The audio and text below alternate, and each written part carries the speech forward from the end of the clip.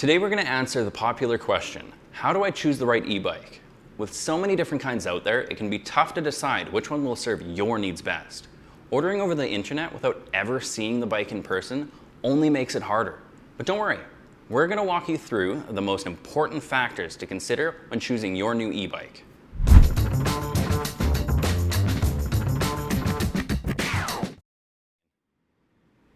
The single most important aspect of choosing an e-bike has absolutely nothing to do with the range, power, or even whether it's a mid-drive or hub drive. Forget all of that for now. Above everything else, your bike needs to fit you properly. If a customer tells us that they're unhappy with the bike they purchased, 9 times out of 10, it's because the bike is the wrong size. So when ordering online, how do you know if your bike is going to fit? To be certain, we'll have to take some measurements.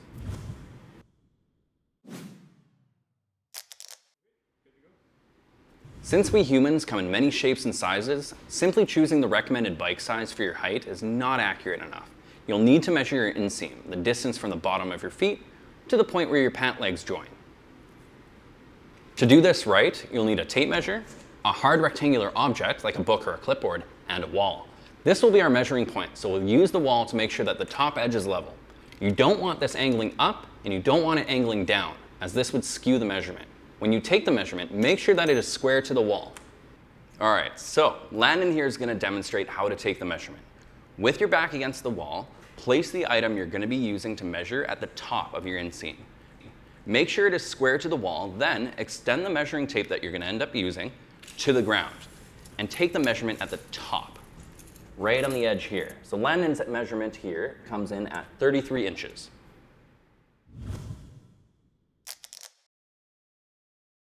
Once you know your inseam, there are 2 important bits of bike geometry to compare it to. But before we jump into that, we need to talk about frame styles, step over and step through. Step over frames have a top tube that runs between the seat tube and the down tube. This design provides excellent frame strength, but it also means you have to be tall enough to stand over it. Step throughs, on the other hand, have no top tube at all. This makes the point of entry very low, so it's a super accessible design. A step-through is a great choice if you're on the shorter side or if you have injuries or physical conditions that might limit your mobility. All right, back to bike geometry. If you think a step-through is right for you, the most important number to look for is the minimum seat height.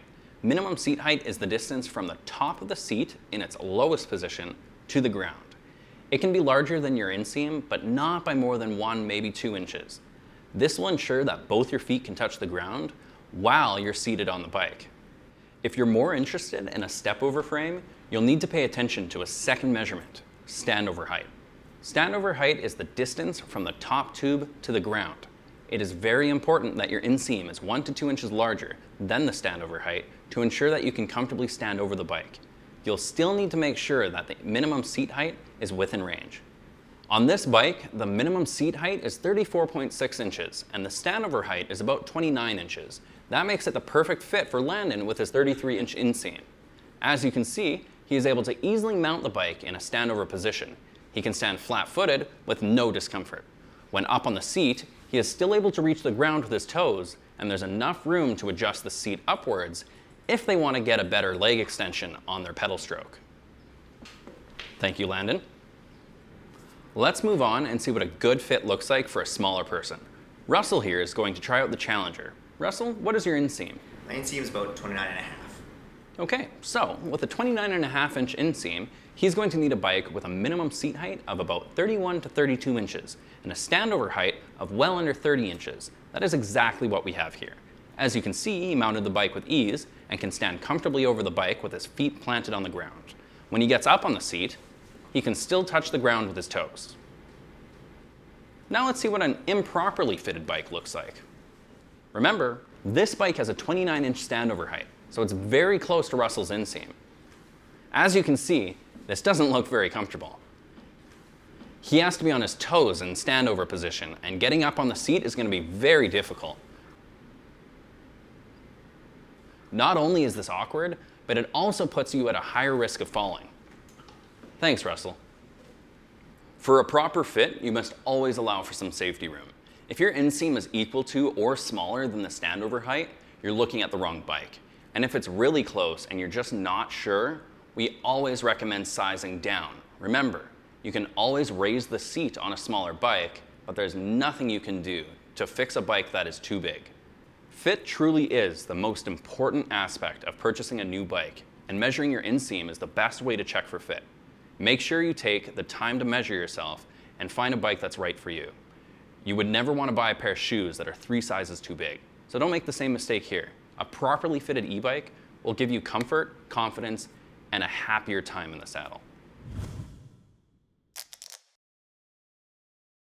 Next, it's time to consider the amount of power you need. It can be difficult to nail down exactly how much is enough without actually trying a bike in real life. To help you understand what the difference between a 350 watt and a 1000 watt motor feels like, Marina is going to show you some demonstrations. Here are the competitors, 4 bikes, each with a different motor. Together they span the range of what we offer. All right, first up, we've got the Swift Lite. So it has a 350 watt hub drive motor, which is our least powerful, but also our most affordable e-bike. Next up, we've got the Juggernaut Hub Duo. So this one has a 750 watt hub drive motor, quite a bit more powerful than the Swift Lite, but actually the same size motor as this one here, the Juggernaut Classic Duo. So the Classic Duo's got a 750 watt mid-drive motor, same level of power, but the mid-drive versus hub drive will make a pretty big difference in speed. Finally, we've got the Juggernaut Ultra Duo. So this one has a 1000 watt mid-drive motor, which is one of the most powerful motors on the e-bike market. So this one packs a punch. And just for context, we're going to throw in a regular pedal bike as well. As for the e-bike riders, we've carefully chosen a group of people who all weigh between 150 and 160 pounds. So rider weight will not have a significant effect on the results. All right, let's do our first demonstration. If a customer feels their bike is too powerful, the takeoff speed is usually what scares them. It's those first few seconds when you accelerate from a dead stop that are going to feel the most intense, and the sudden burst of power can be intimidating if you're not ready for it. So, to show you what acceleration looks like on each bike, we're going to do what might be the shortest race ever. Our riders are all lined up here on the starting line, and they'll race to the finish line, which is just 30 feet away.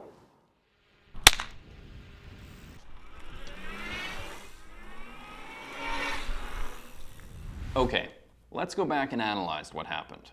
Right away, we can see some really significant differences between each bike. While the most powerful bike is crossing the line, the least powerful bike is barely getting started. Another thing to note is that the pedal bike is right near the front of the pack. This may come as a bit of a surprise, but there are a couple reasons why. First off, our e-bike riders were using throttle only, no pedaling. Secondly, David is an experienced cyclist. We'll let him explain why he was so quick. So I ended up a lot closer than a lot of people might expect. A lot of this comes from I ride quite a bit.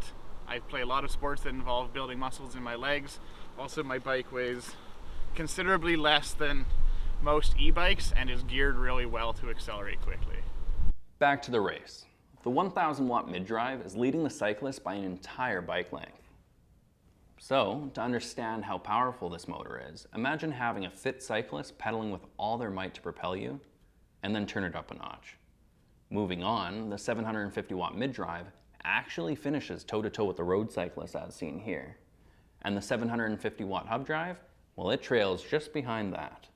These first 3 bikes can deliver enough power to make you feel like you're on a small motorbike, with the 1000 watt mid-drive being the most exhilarating. Finally, the 350 watt hub drive comes across at a relaxed pace, well behind the pack. The speed of the motor on this bike would be similar to that of someone starting off on a pedal bike in a casual manner. These results say a lot about how motor power can change your riding experience. The Swift had a very mellow start and finished well behind every other bike. For some folks, that small amount of power may be all you want. Meanwhile, the Ultra Rider beat an experienced road cyclist with throttle only, no pedaling. Now time for our next demonstration. If speed isn't your thing, there's another reason you might want a powerful motor: torque. If you ride in areas with a lot of hills, torque is what you need to climb them with ease. In this challenge, we're going to send all our bikes up this hill at the same time.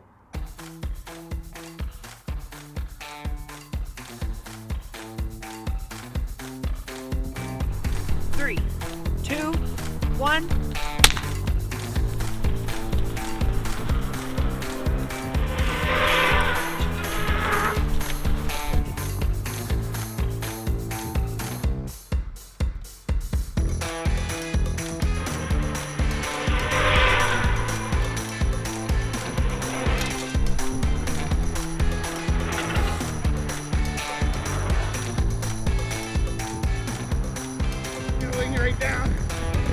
it down. Behind me.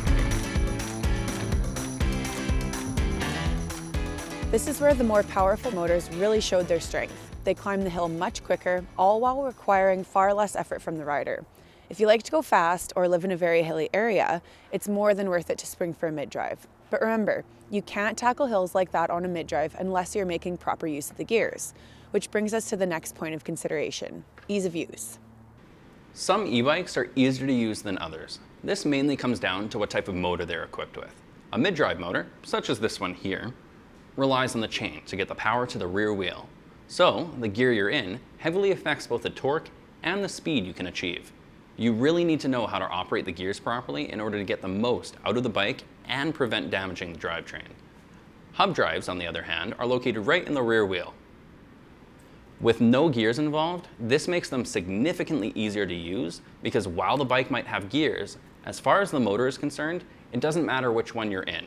It will always perform the same way. If you're someone who isn't familiar with multi-speed bikes, you might appreciate the convenience of a hub drive motor. For those who want that mid-drive performance but don't have experience using gears, we still recommend taking the dive. It's something anyone can learn, and it will be well worth it in the long run. For a more detailed comparison of hub drive and mid-drive motors, please watch our video on that topic. Next on the list is range. Unlike power, you can never have too much of it. The range can be tough to estimate accurately, as it does depend on many factors such as pedal assist settings, throttle usage, rider weight, wind, terrain, and more. The simple answer is to go for the biggest battery you can afford. You may be surprised at how far you were able to ride with an electric assist helping you out. Many of our customers enjoy riding 40 to 50 kilometers on a single ride. Almost all of our e-bikes offer a variety of battery sizes, so range needs typically won't limit your choices too much. If, however, you need to go for more than 60 kilometers on a single charge, you'll have to look at a dual battery e-bike like the Juggernaut Duo or Juggernaut Ultra Beast.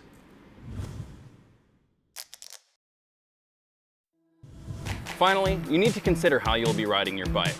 Of all the bikes that matched your criteria, which one's going to best suit your riding style? Let's take a look at the different bikes we offer and what they're designed for. Our Juggernaut is the most versatile and feature-rich lineup. You'll find just about every option within the Juggernaut range. Hub drives, mid drives, step-throughs, step-overs, a dual battery, full suspension, you name it. Choose an affordable base model or go for high-end performance with the most range, power, and torque possible. For ride anywhere versatility, you'll want the Juggernaut. The Stunner series is an excellent choice if leisurely cruising is your style. These great-looking bikes put comfort first with an upright riding position and a plush, oversized saddle. They still have enough power to handle some pretty serious hills and come in fat tire options suitable for off-road use. Our Monte Capro series represents the pinnacle of e-bike quality and performance. With ultralight carbon fiber frames, top-of-the-line components, powerful motors, and sporty mountain bike geometry, these bikes were made to push the limits.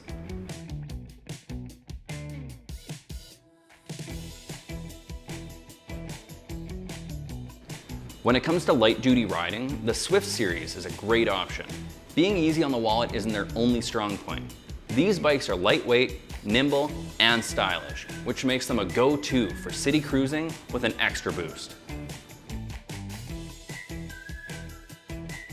Finally, if you're looking for something a little different, our specialty series includes options like cargo bikes, folding bikes, and retro moped-style cruisers. Take the Cuddy with you on a road trip, haul your little ones around on the Skycat, or go burn some rubber on our Challenger. All right, so let's review. To find your perfect e-bike, start by measuring your inseam. Decide between step-through and step-over, and then check the bike geometry to ensure a good fit. Next, you'll need to determine the power level you'll need and whether a hub drive or a mid-drive motor would be best. Consider your range needs and whether or not you'll need a dual battery system as well. Once you've narrowed it down by all of those factors, choose from the bike styles that best suit the type of riding you do. Well, I hope you found this video both informative and helpful. If you're still not sure which bike to choose, feel free to get in touch with us. Our friendly e-bike experts will take the time to understand your needs and help you choose the perfect e-bike. Thank you for watching.